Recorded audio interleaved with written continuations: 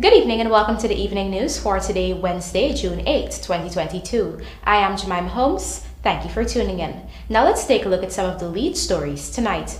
Investors interested in exporting fresh water from Guyana to other countries. GMCS launches 5-year plan to promote sustainable growth of blue economy. Suriname not living up to its agreement to license Guyanese fisherfolk, says VP. US 2,700 worth of cocaine found in religious items at DHL. And minor girlfriend critical after being set on fire. Now for the news in detail.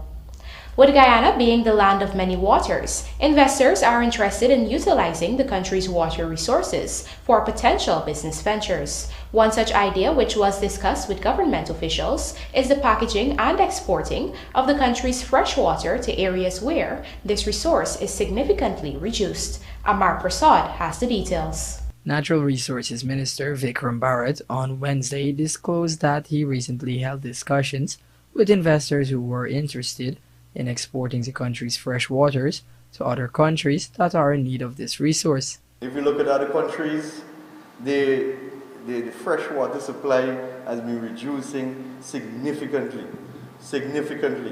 There are countries that are importing fresh water into their country. Only recently there was an investor here looking to do that, looking to export fresh water to countries that don't have. According to the World Wildlife Fund, though 70% of the planet is covered in water, fresh water, which is used to drink, bathe in, irrigate farm fields with, is incredibly rare. The WWF said only 3% of the world's water is fresh water, and 2/3 of that is stocked away in frozen glaciers or otherwise unavailable for use. As a result, some 1 billion people worldwide lack access to water, and a total of 2.7 billion find water scarce for at least 1 month of the year. Meanwhile, UNICEF has predicted that half of the world's population could be living in areas facing water scarcity by early as 2025.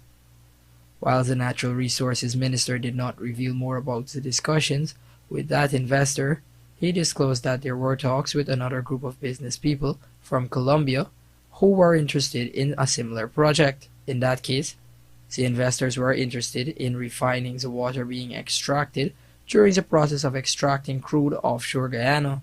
Only yesterday I had a meeting with a few investors who came in from Colombia. And in Colombia they do mostly onshore oil exploration and production.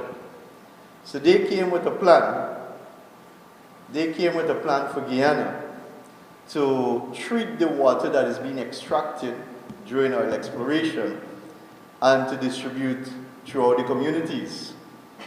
Now, for those of you who are familiar with how the process goes, when there is the extraction of the crude from the ground, it's 3 components. It's the water, gas, and then the fossil, the oil. So what they're proposing is that we use the water that is coming out, treat it or refine it, and then distribute it.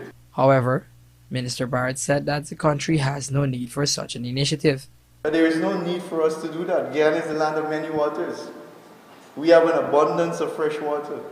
So I told them that whatever you're planning to do might be applicable for a country that is not like Guyana, where we have an abundance of fresh water, things that we take for granted on a daily basis. For the evening news, Amar Prasad. With an aim to become the premier organization in the country with a focus on the maritime sector, the Guyana Marine Conservation Society today launched a 5-year strategic plan that outlines how it intends to expand its efforts to support the effective conservation and management of the local ocean biodiversity and promote sustainable growth of the blue economy. Here is Amar Prasad again with this story.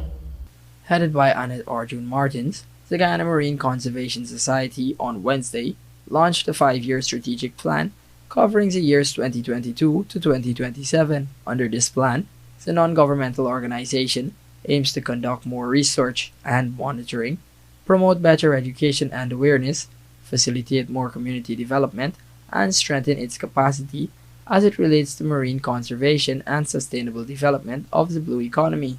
According to the World Bank, the blue economy is the sustainable use of ocean resources for economic growth, improved livelihoods, and jobs while preserving the health of the ocean ecosystem.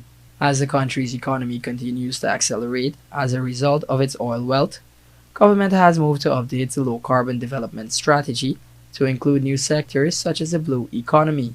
Recognizing this movement, the GMCS believe it too needed to improve its role as an advocacy group.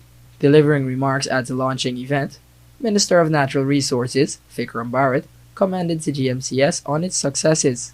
I think that the ladies deserve the commendation and the recognition for the role that they have been playing in ensuring that our marine life, not only turtle, but our marine life and our environment in general is protected and is given the kind of focus that is deserved. Referencing the LCDS 2030, Minister Barrett spoke of the government's efforts in this fight. We want a good life for ourselves and our children too. We want the kind of facilities that developed countries have too. We want the kind of education, healthcare system, infrastructure that others in the forest world are enjoying too. But the only way we can get that, the only way we can achieve that, besides from having a responsible government like you do today, is to ensure that we explore and we continue to produce from our natural resources, but mind you, in a sustainable and responsible manner.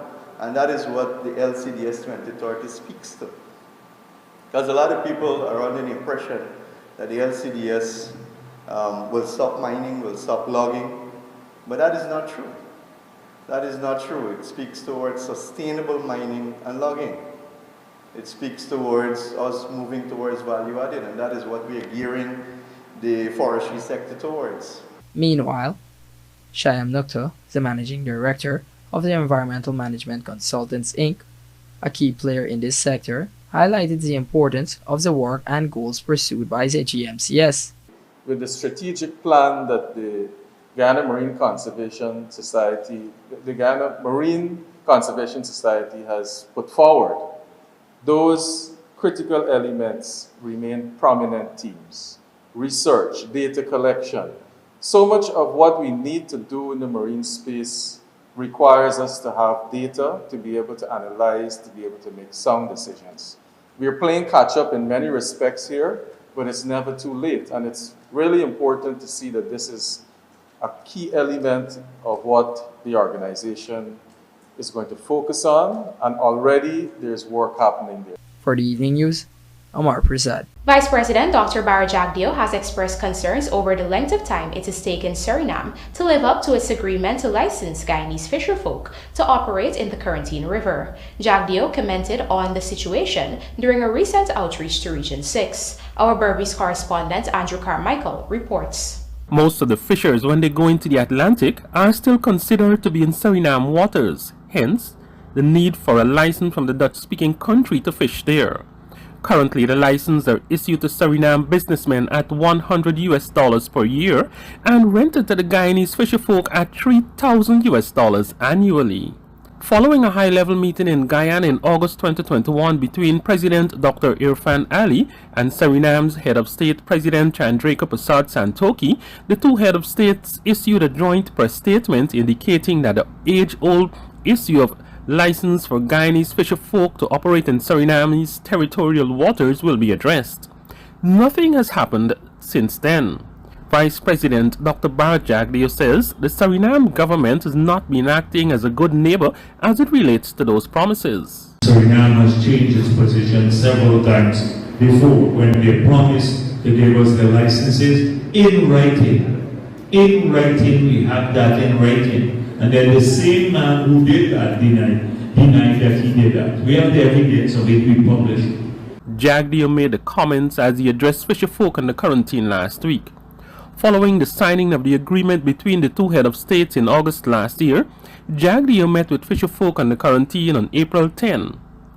The vice president back then said the government will continue to do all it can to ensure that the fisherfolk on the Quarantine are licensed to operate on the Quarantine River despite resistance from some Surinamis. Jagdeo had posited that the only thing the government can do was to keep up the pressure. According to the Vice President, Guyana's government is aware of the reason for the Santoki-led administration not acting on its promises. Sometimes they go back and forth all the time because you're right. People are making a lot of money off of these licenses over there, so they don't want to give them up. And therefore, we're fighting those individuals. Even when there is goodwill at the level of the government, there is a problem at that other level. So we keep a watch on it. We're watchful all the time, and we keep pressing it. These fisher folk operate from the Quarantine Coast and have to use the Quarantine River to get access to the Atlantic, where they get most of their catch. The Quarantine River is considered Suriname's territory. About 150 boats operate from the number 66 Fishermen's Co-op Society, thus providing direct employment for about 800 fishermen. Additionally, some 200 persons are employed in providing services, which include transportation, fish vending, and repairs to machinery and equipment. Andrew Carmichael, The Evening News. As Guyana joined the rest of the world on Tuesday in celebrating World Food Safety Day under the theme Safer Food, Better Health, several officials have weighed in on the importance of food safety. Amar Prasad tells us more. At an event hosted in light of World Food Safety Day, Director of Planning at the Ministry of Agriculture, Natasha Berget-Leonarine, expressed that food safety is high of importance in terms of promoting better health. She noted that as Guyana is leading CARICOM in reducing its food bill with the 25 by 25 initiative, the country has no option but to join other developed countries in promoting regional and international standards for food safety. In order to promote better food practices, Leonarine stated that the ministry is committed in enhancing the food control system in Guyana. To ensure public health and economic development, the Ministry of Agriculture via the Guyana Food Safety Authority has committed to enhancing and strengthening the food control system in Guyana. What have they been doing? They've been increasing public awareness and education on food safety through television programs, radio, social media website. You've heard them on Morandoi, I'm hoping.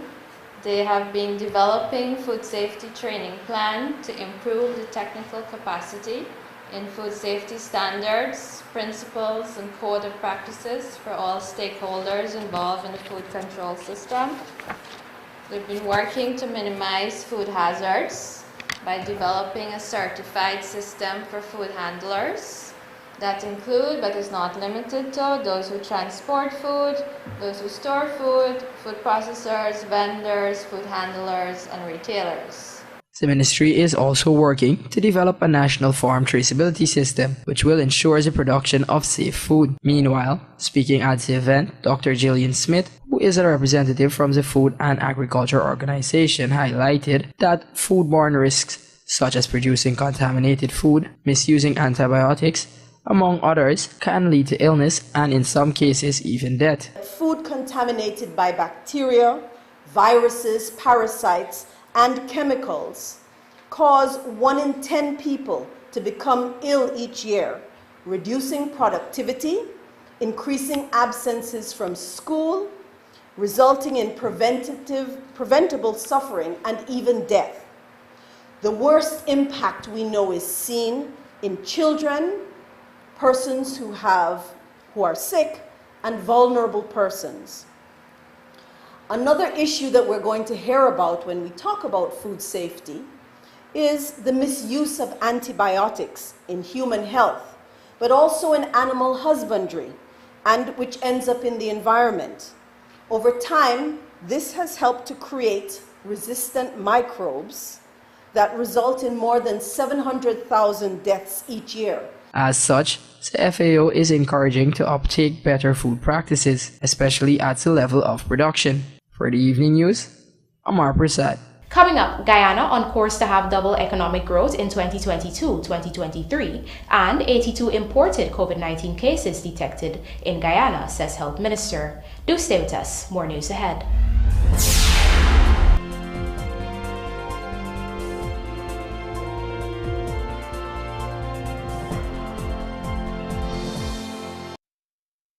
Sunshine, snacks, cheese, food, grab a sunshine, grab a double cheese balls. We a crunch on a cheese ball. Daddy nickel pick double cheese balls. Sunshine snacks cheese balls. Grab a sunshine snack cheese balls. Stuff cheese in every bite. Flavor in every crunch. Extra cheese in me love it so much. Love cheese in every bite. Grab a sunshine double cheese balls. We a crunch on a cheese ball. Daddy nickel pick double cheese balls. Sunshine snacks cheese balls. Grab a Sunshine Snacks Cheese Puffs today. More cheese, more flavor. It happens. Your septic tank is full. All the waste from your toilet goes into your septic tank through the sewage line. When your tank is full, the two most common indicators are an overflowing tank and an overflowing toilet. It is recommended that Sevon's Waste Management empty your septic tank every 2 to 3 years to avoid any embarrassment. And before you can say, shh, it's gone. Call Sevon's Waste Management today at 218-1455 or 218-1156. With unlimited games to choose from, you can be a winner with Superbet. Choose from our virtual sports, live betting, sports betting, live roulette, and much, much more. Place your bets at www.superbet.gy or visit any one of our agents. Terms and conditions apply. Must be 18 and over. Play responsibly.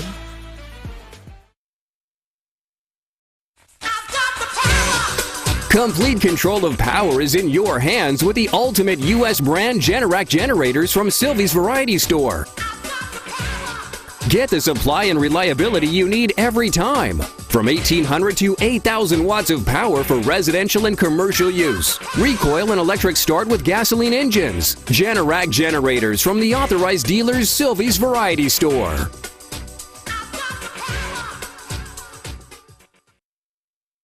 Your child needs nutrients every day. Enfagrow has DHA and iron, which supports your child's mental development. Enfagrow has components which cow's milk does not contain. Support your toddler's growth and complement their diet with Enfagrow. Let's fuel the wonder. This product is not intended to be a substitute for breast milk. Mental development depends on various factors such as stimulation and adequate nutrition. Commercial cow's milk does not contain DHA but contains calcium and other nutrients.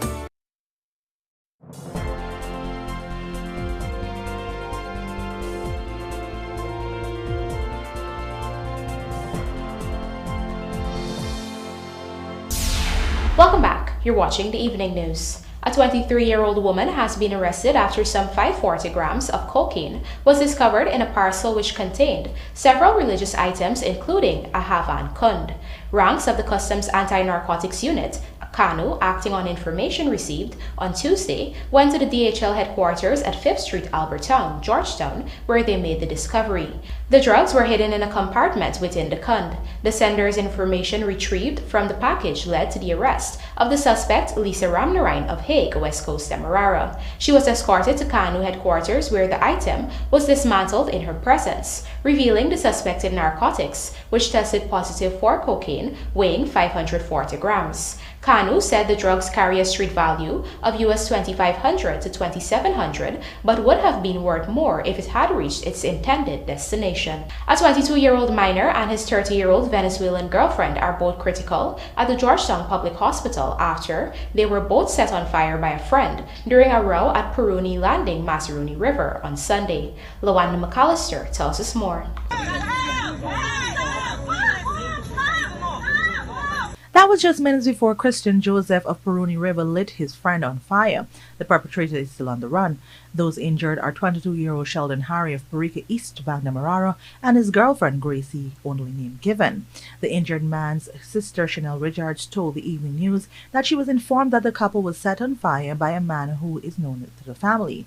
The woman said at the time of the incident, her brother was at his camp at Peruni Landing when an argument erupted between the two friends. She said in the height of the argument, her brother's friend threatened that he was going to harm the woman with whom he was arguing. So, in a bid to escape the man's threat, the woman left her mining camp and went over to the victim's camp, where she stayed the entire day. While there, the suspect went over to Harry's camp and continued to threaten the woman. Harry reportedly attempted to calm him down, but instead, the man left the camp and returned with a cutlass and advanced towards the woman. Richards said after seeing this, her brother became angry and an argument ensued between him and the suspect. The man then left the camp and came back with some gasoline and a cloth with fire, where he lit Harry on fire. His girlfriend, who was holding his hand at the time, also caught a blaze. Harry and his girlfriend managed to make it to a pharmacy at the landing, where they were later transported to the hospital in the community and then medevaced to the Georgetown Public Hospital, where they were both in a critical state. 3 days after the incident, police issued a wanted bulletin for Joseph in connection with the attempted murder. The family is hoping that justice prevails for the couple and for the suspect to be caught so that he can feel the full brunt of the law. Luana McAllister for the Evening News. The World Bank is projecting that despite being surrounded by somber economic growth figures in the Caribbean and the world, Guyana's economy will double in size in 2022-2023. Find out more in this Jarrell Bryan report. The World Bank has announced growth prospects for Guyana, other Caribbean countries, and the world in its updated Global Economic Prospects report. In Guyana's case, the World Bank expects that the economy will double in size from 2022 to 2023. This, according to the bank, is due to the rapid development of the offshore oil and gas industry. In a further breakdown, the World Bank noted that Guyana's economy would grow by 47.9% this year and 34.3% in 2023. This is a reduction of 1.8% on the 2022 figures and a 9.3% increase on 2023.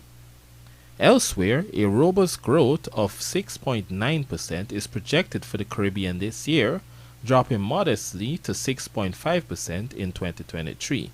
Overall growth in Latin America and the Caribbean, LAC, is expected to slow to 2.5% in 2022. Globally, economic growth is expected to be approximately 2.9%, a reduction of the original 4.1% forecasted in January. Guyana, through oil giant ExxonMobil, began producing oil back in 2019. Since then, Guyana's economic growth has taken off.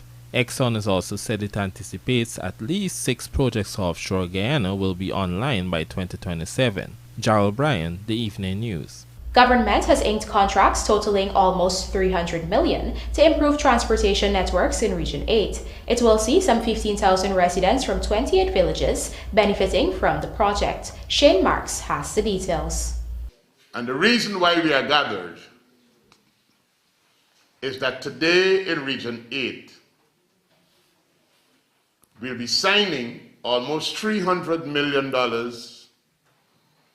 worth of contracts and also paying the advance to get the work done. That was Minister of Public Works Juan Edgel on Friday last at contract signings in K2 Region 8, Potaro Siporoni. Contracts totaling $290 million were inked to improve the transportation networks in the region. The project will benefit some 15,000 residents from 28 villages in the region. Under the agreement, a total of 917 kilometers of road maintenance, including debushing, filling of laterite, and repairs to 31 timber bridges, will be completed over a 6-month period. In 2021, $100 million was allocated for similar works in 12 villages. I want you to note, last year when we came, we signed contracts and you executed works totaling $100 million. And like Minister Sukai said, you did fantastic. There was evidence that even some of the women from the villages were involved in the work, and that is great. President Ali and Vice President Jabdio and the Cabinet has mandated me as the Minister of Public Works and entrusted that we increase the allocation for community projects in Region 8 from 100 million to 300. Advances were also handed over to a few contractors by the minister. Overlooking the signings in K2 was Minister of Public Works Juan Edgel, Minister of Amerindian Affairs Pauline Sukai, Regional Chairman and Permanent Secretary of the Ministry of Public Works Vladimir Prasad. Shane Marks, The Evening News. The Minister of Education has announced that schools throughout Guyana will be closed in the first week of July and reopened in September as usual. Following consultation with teachers, many were not in favor of working through an extended school term, as the minister was looking to implement same in order to make up for time lost during the pandemic period. The teachers related that despite the pandemic, the majority of them were still working with students through online classes. As such, the minister said that the best decision is to have schools closed and reopened as usual. However, measures will be implemented for parents who wish to have their children reinforced. Here's a look at what she had to say. And we believe that it would be best to, at this point, have everyone close for the July-August holidays as usual. Return to school in September refreshed. Teachers feel particularly tired, because while it is true that we were home, they were still working. And so they feel like they need the break. Having said that, there are going to be some teachers who ask students to come back in, especially exam classes.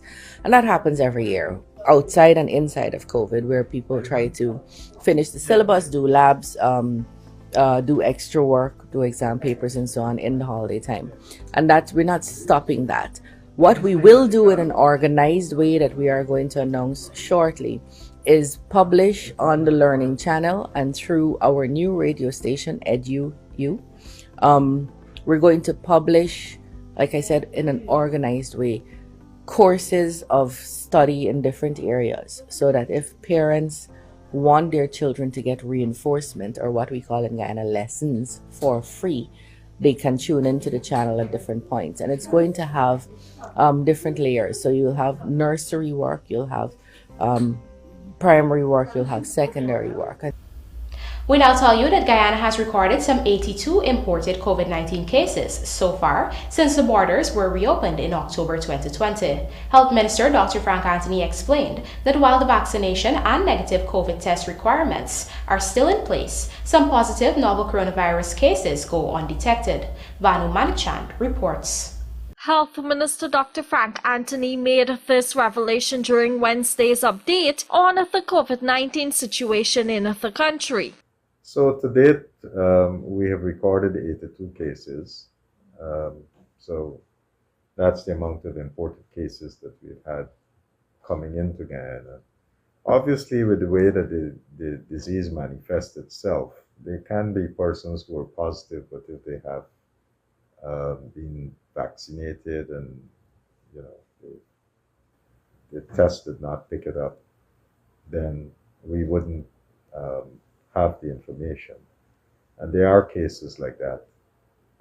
Somebody might have tested negative, but when they came in subsequently, they display the symptoms of COVID-19. So you have cases like that. According to the health minister, once detected, those persons are advised to isolate and take all necessary precautions. Nevertheless, he noted that the entry requirements for Guyana are still in place, including vaccination and negative PCR or antigen tests taken within 72 hours of arrival here. Meanwhile, Dr. Anthony reiterated pleas for persons to take steps to protect themselves and others. I would advise people to wear their mask. I know in many jurisdictions now, people have stopped wearing masks. But if you're not protected and you're next to someone who is infected, you are going to get infected, because the current variants are very contagious, are very infectious. And these are the most infectious variants that we have right now. So if you're not protected with a mask, you are going to get infected. The health minister is also urging persons to get vaccinated and for those who are due to get their booster shots. We have right now, first dose, 442,682 doses. That's about 86.3% of the adult population would have received a first dose. Second dose, we are now at 342,332 doses. That's approximately 66.7% of that age cohort, 18 years and older. In terms of 12 to 17, we have now 34,750 doses administered, first doses, that's 47.6%. And second dose is at 25,476, or 34.9% of that age cohort. Booster doses have gone up, so we are now at 6,264 doses.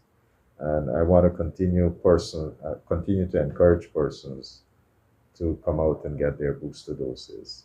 On Saturday, the ministry will start administering COVID-19 vaccines to children in the 5 to 10 age group. In the last 24 hours, some 138 new COVID-19 cases were detected, taking active cases in the country up to 1,087. There are 29 patients currently hospitalized, one of whom is in the COVID-19 ICU.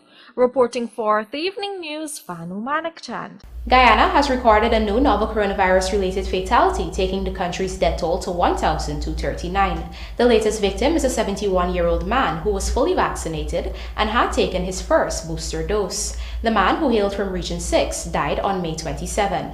Meanwhile, the country has recorded 138 new cases of the virus, taking the total positives detected to date to 65,560. There is 1 person in the ICU, 27 in hospitals, 988 isolating at home, and 11 in institutional quarantine. Recovery stand is 63,305. And now for a look at the bridge reports. There will be no closure of the Demerara Harbour Bridge on Thursday, June 9th. However, the Berbice River Bridge is scheduled to be closed on Thursday, June 9th at 11 hours 30 for a period of 1.5 hours. Women's T20, Guyana looking to bounce back against Trinidad on Thursday, and Golden Jags win 2-1. Shabazz happy for points. Details of these stories in the Sportcast, sponsored by Macorp, coming up on the other side of the break.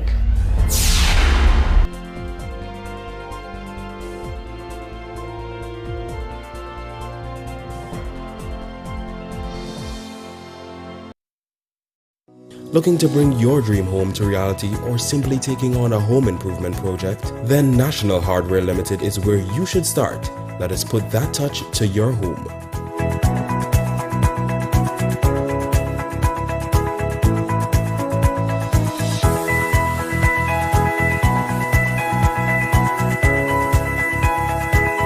Choose from over 1,000 Berger Paint original hues for any surface.